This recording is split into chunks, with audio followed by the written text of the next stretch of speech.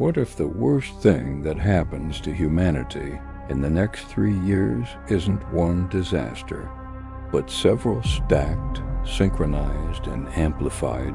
A solar storm, a cyber cascade, a food shock, a fast-moving pathogen, and AI making every problem harder, faster. This isn't fiction. It's the plausible edge of our timeline. We're at the peak of solar cycle 25, the sun's most volatile phase. A single extreme storm can fry satellite electronics, blind GPS, disturb HF aviation comms, and induce currents that damage power grids. In early 2024, we saw flares stacking up reminders that space weather can become ground truth fast. Now, imagine an X-class burst ejects a supercharged coronal mass directly toward Earth Carrington level or worse, and it hits during peak demand. Positioning, timing, communications scramble. Flights divert, grids wobble. Internet backbones reroute. Not everywhere fails, but everywhere stutters. This is the match. The fire hasn't started yet. Modern life runs on synchronized timing, GNSS for finance, logistics, energy. Knock that timing off by seconds, and you get friction everywhere. Now add something human. Exploitation, while teams triage satellites and grids, a coordinated cyber campaign targets critical infrastructure and hospitals exactly when monitoring is degraded. Not Hollywood-style lights out everywhere, but rolling failures, ports jam, pipelines pause, errors go manual, 911 queues spike. A few hundred targeted systems are enough to ripple through supply chains, insurance, and markets. That's how systemic cyber risk works. Not spectacular, just entangled. In 3 days, delays become shortages. In 2 weeks, shortages become stories you tell your kids.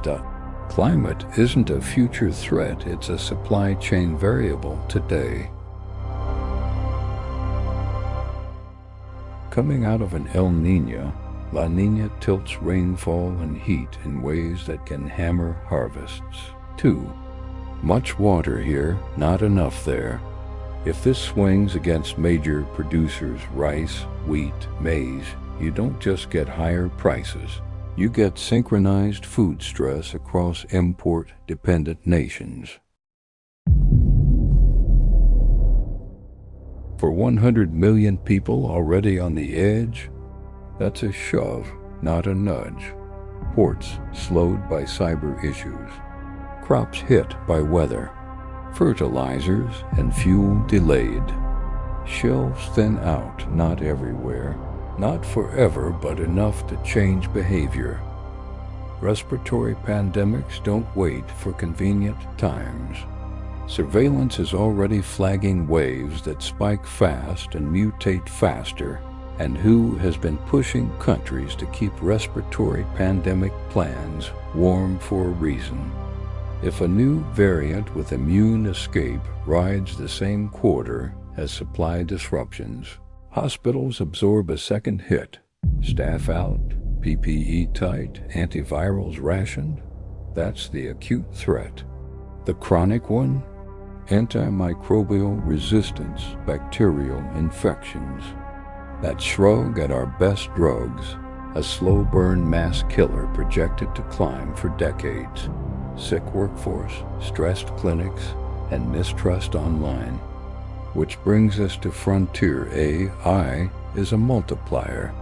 It can help forecast demand, triage outages, but the same tools supercharge phishing, deep fake orders, automated disinformation, and even low-skill cyber ops.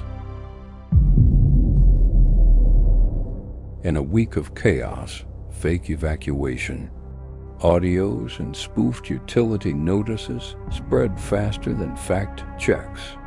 Trust our most critical and visible infrastructure fractures. Governments race to coordinate, but testing regimes and safety institutes aren't enforcement engines. They can warn, not compel. Confusion is a force multiplier. Panic is a logistics problem. Here's the worst plausible stack for the next 3 years.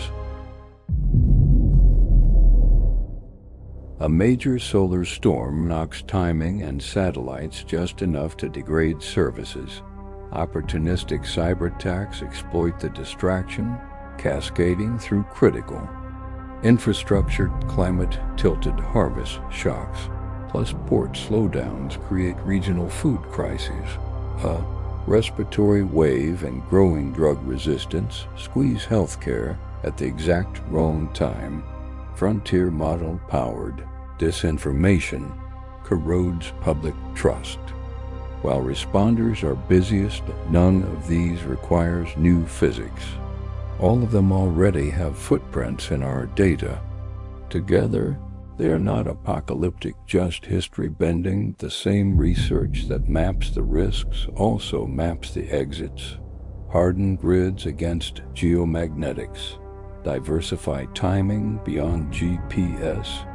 Exercise cyber incident response with hospitals and ports. Pre-position. Grain and targeted cash aid. Expand rapid vaccine antiviral pipelines.